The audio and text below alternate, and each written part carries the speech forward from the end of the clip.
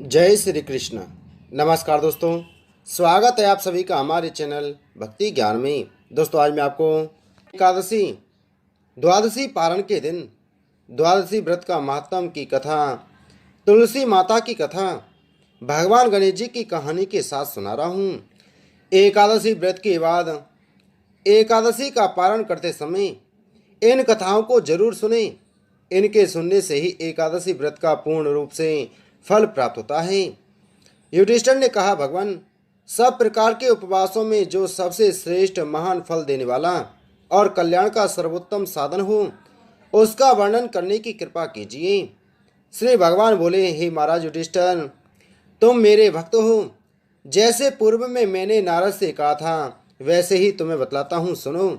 नरेश, जो पुरुष स्नान आदि से पवित्र होकर मेरी पंचमी के दिन भक्ति पूर्वक उपवास करता है तथा तीनों समय मेरी पूजा में संलग्न रहता है, वह संपूर्ण यज्ञों का फल पाकर मेरे परम धाम में प्रगतिष्ठित होता है। नरेश्वर, अमावस्या और पूर्णिमा, ये दोनों पर्व, दोनों पक्ष की द्वादशी तथा श्रवण नक्षत्र, ये 5 तिथियां मेरी पंचमी कहलाती हैं। ये मुझे विशेष प्रिय हैं। अतः श्रेष्ठ ब्राह्मणों को उचित है कि वे मेरा विशेष प्रिय करने के लिए मुझ में चित्त लगाकर इन तिथियों में उपवास करें। नरश्रेष्ठ, जो सब में उपवास ना कर सके, वह केवल द्वादशी को ही उपवास करें। इससे मुझे बड़ी प्रसन्नता होती है। जो मार्ग शीर्ष की द्वादशी को दिन रात उपवास करके केशव नाम से मेरी पूजा करता है, उसे अश्वमेध यज्ञ का फल मिलता है। जो पौष मास की द्वादशी को उपवास करके जो नारायण नाम से मेरी पूजा करता है, वह बाज मेध यज्ञ का फल पाता है। राजन, जो माघ की द्वादशी को उपवास करके माधव नाम से मेरा पूजन करता है, उसे राजसूय यज्ञ का फल प्राप्त होता है। नरेश्वर, फाल्गुन के महीने में द्वादशी को उपवास करके जो गोविंद के नाम से मेरा अर्चन करता है, उसे अतिरात्र याग का फल मिलता है। चैत्र महीने की द्वादशी तिथि को व्रत धारण करके जो विष्णु नाम से मेरी पूजा करता है, वह पुंडरीक यज्ञ के फल का भागी होता है।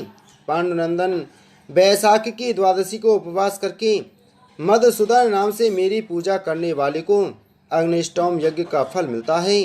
राजन, जो मनुष्य ज्येष्ठ मास की द्वादशी तिथि को उपवास करके त्रिविक्रम नाम से मेरी पूजा करता है, वह गोमेध के फल का भागी होता है। भरत श्रेष्ठ, आषाढ़ मास की द्वादशी को व्रत रहकर वामन नाम से मेरी पूजा करने वाले पुरुष को नरमेध यज्ञ का फल प्राप्त होता है। राजन, श्रावण महीने में द्वादशी तिथि को उपवास करके जो श्रीधर नाम से मेरा पूजन करता है, वह पंच यज्ञों का फल पाता है। नरेश्वर, भाद्रपद मास की द्वादशी तिथि को उपवास करके ऋषिकेश नाम से मेरा अर्चन करने वाले को सौत्रामणि यज्ञ का फल मिलता है। महाराज, आश्वन की द्वादशी को उपवास करके जो पद्म नाम से मेरा अर्चन करता है, उसे 1000 गोदान का फल प्राप्त होता है। राजन, कार्तिक महीने की द्वादशी तिथि को व्रत रहकर जो दामोदर नाम से मेरी पूजा करता है, उसको संपूर्ण यज्ञों का फल मिलता है। नरपते, जो द्वादशी को केवल उपवास ही करता है, उसे पूर्वोक्त फल का आधा भाग ही प्राप्त होता है। इसी प्रकार श्रावण में यदि मनुष्य भक्ति युक्त चित्त से मेरी पूजा करता है, तो वह मेरी सालोक्य मुक्ति को प्राप्त होता है। इसमें तनिक भी अनित्या विचार करने की आवश्यकता नहीं है। उपयुक्त रूप से प्रतिमास आलस्य छोड़कर मेरी पूजा करते करते जब 1 साल पूरा हो जाए, तब पुनः दूसरे साल भी मासिक पूजन आरंभ कर दे। इस प्रकार जो मेरा भक्त मेरी आराधना में तत्पर होकर 12 वर्ष तक बिना किसी विघ्न बाधा के मेरी पूजा करता रहता है, वह मेरे स्वरूप को प्राप्त हो जाता है। राजन, जो मनुष्य द्वादशी तिथि को प्रेम पूर्वक मेरी और वेद संहिता की पूजा करता है, उसे पूर्वोक्त फलों की प्राप्ति होती है, इसमें संशय नहीं है। जो द्वादशी तिथि को मेरे लिए चंदन, पुष्प, फल, जल, पत्र अथवा मूल अर्पण करता है, उसके समान मेरा प्रिय भक्त कोई नहीं है। नरश्रेष्ठ युधिष्ठिर, इंद्र आदि संपूर्ण देवता उपयुक्त विधि से मेरा भजन करने के कारण ही आज स्वर्गीय सुख का उपभोग कर रहे हैं। जो भी भक्त सच्ची श्रद्धा के साथ भगवान विष्णु का पूजन करते हैं, भगवान गणेश जी की पूजा करता है, भगवान सालग्राम की पूजा करते हैं, तुलसी माता का पूजन करते हैं, एकादशी का व्रत करते हैं। एकादशी व्रत के बाद द्वादशी के दिन पारण के समय द्वादशी की कहानी सुनते हैं। इससे भगवान श्री हरि विष्णु अति प्रसन्न होते हैं और अपनी कृपा प्रदान करते हैं।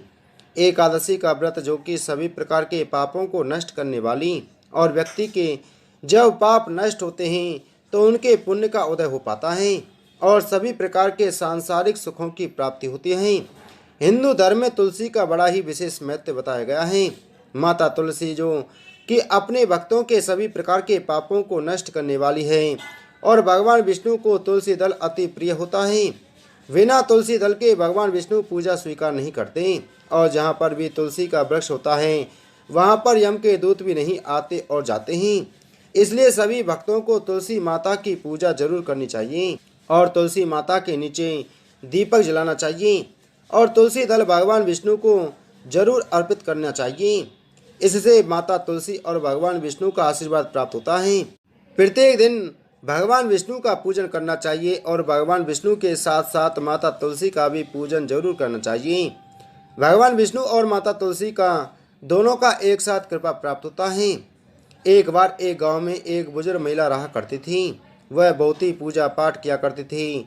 वह रोज तुलसी माँ की पूजा करती थी और वह बुजुर्ग महिला रोज तुलसी माँ से कहती थी, हे तुलसी माँ, तुम मुझे बहु दे, पीताम्बर की धोती दे, मीठा मीठा घास दे, बैकुंठ में बास दे, चटक की चाल दे, पटक की मौत दे, चंदन का काट दे, रानी सा राज दे, दाल भात का भोजन दे, ग्यारस की मौत दे और कृष्ण जी का कांदा दे। वह बुजुर्ग महिला तुलसी माता की रोज पूजा करती और उनके बिडले को रोज सींचती। तुलसी माता बुजुर्ग महिला की बात सुनकर धीरे धीरे सूखने लगी। तभी भगवान श्री कृष्ण ने देखा कि तुलसी माता सूख रही है और तभी एक दिन भगवान श्री कृष्ण तुलसी माता जी के पास प्रकट हो गए और भगवान श्री कृष्ण जी ने तुलसी माता से पूछा, तुम क्यों सूख रही हो? सभी महिलाएं तुम्हारी पूजा करती हैं और तुमको सींचती हैं, लेकिन फिर भी तुम सूखती जा रही हो, क्या कारण है इसका? जिसके बाद तुलसी माता ने भगवान श्री कृष्ण जी से कहा कि हे प्रभु, एक बुजुर्ग महिला मेरे पास रोज आती है और रोज एक ही बात बोलती है, हे तुलसी माता, सबकी दाता, मैं तेरा बिडला सींचती हूँ, तुम मुझे बहु दे, पीताम्बर की धोती दे, मीठा मीठा घास दे, बैकुंठ में बास दे, चटक की चाल दे, पटक की मौत दे, चंदन का काठ दे, रानी सा राज दे, दाल भात का भोजन दे, ग्यारस की मौत दे और कृष्ण जी का कांदा दे। मैं उस बुजुर्ग महिला की सारी मनोकामनाएं पूरी कर सकती हूँ, लेकिन उसकी एक मनोकामना पूरी नहीं कर सकती। मैं कृष्ण जी का कांदा कहाँ से दूंगी उसको? तभी भगवान श्री कृष्ण जी तुलसी माता की बात सुनकर जोर जोर से हंसने लगी और फिर भगवान श्री कृष्ण जी ने तुलसी माता जी से कहा कि तुम चिंता मत करो, जब उस बुजुर्ग महिला की मृत्यु होगी तब मैं स्वयं ही उसको कांदा देने आ जाऊंगा और तुम उस बुजुर्ग महिला से यह बता देना। जिसके बाद भगवान श्री कृष्ण जी तुलसी माता को यह बताकर वहां से अदृश्य हो गए और धीरे धीरे उस बुजुर्ग महिला की तबीयत खराब हो गई। और एक दिन जब एकादशी का दिन था, ग्यारस का दिन था, तो उस बुजुर्ग महिला की मृत्यु हो गई। तभी कुछ बुजुर्ग महिला के आसपास रहने वाले सभी लोग आ गए और उन्होंने उस बुजुर्ग महिला के अंतिम संस्कार के लिए उसको जैसे ही उठाया तो वह बुजुर्ग महिला वहां पर किसी भी व्यक्ति से नहीं उठी। तभी वहां पर अचानक से एक बच्चा आया और सभी से कहने लगा कि मैं इस बुजुर्ग महिला के कान में कुछ कहूँगा जिससे यह बुजुर्ग महिला हल्की हो जाएगी और आप सभी लोग इनको आराम से उठा सकेंगे। यह सुनकर सभी लोग बहुत ही आश्चर्यचकित हो गए और कहने लगे, यह कैसे हो सकता है? और सभी लोगों ने उस बच्चे को बालक समझकर वहां से भगा दिया। लेकिन वहां पर उपस्थित एक बुजुर्ग आदमी ने उस बच्चे से कहा कि जाओ, तुम्हें जो कुछ कहना है वह कह लो। लेकिन सभी लोगों को यह पता नहीं था कि बच्चे के रूप में भगवान श्री कृष्ण खुद ही आए हैं उस बुजुर्ग महिला को कांदा देने के लिए। जिसके बाद भगवान श्री कृष्ण ने उस बुजुर्ग महिला के पास जाकर उसके कान में जाकर कहने लगे, माई मन की निकाल ले, पीताम्बर की धोती ले, मीठा मीठा घास ले, बैकुंठ में बास ले, चटक की चाल ले, पटक की मौत ले, चंदन का काठ ले और अबले कृष्ण जी का कांदा भी ले।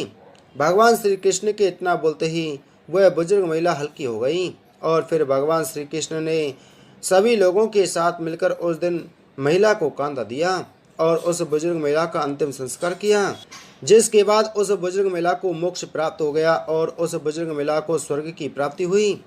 तुलसी में माता लक्ष्मी जी का वास होता है।